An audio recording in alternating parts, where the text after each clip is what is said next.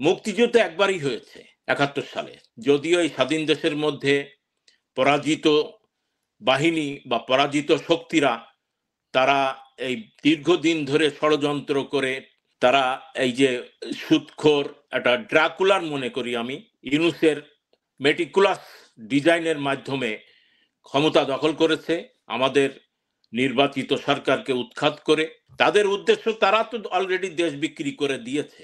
এখন আমি মনে করি যে এই সমস্ত কথা না বলে এখন দিক নির্দেশনা দরকার আমাদের, যে স্বাধীনতার পর আমাদের রাজনৈতিক নেতৃবৃন্দ বঙ্গবন্ধুকে এই ভুলের মধ্যে পরিচালনা করা হয়েছে পরিকল্পিতভাবে। এই খন্দকার মুশতাক গং পরিকল্পিতভাবে এই ষড়যন্ত্রগুলো কাজে লাগাইছে এবং যার পরিপ্রেক্ষিতে বঙ্গবন্ধু সরকারেরও অনেক ভুল হয়েছে। জনগণকে নিয়েই কিন্তু আমরা ৭৫-এর পরে কিন্তু ওইরকম ৭১ সালের মুক্তিযুদ্ধের মতো ঝাঁপায় পড়িনি।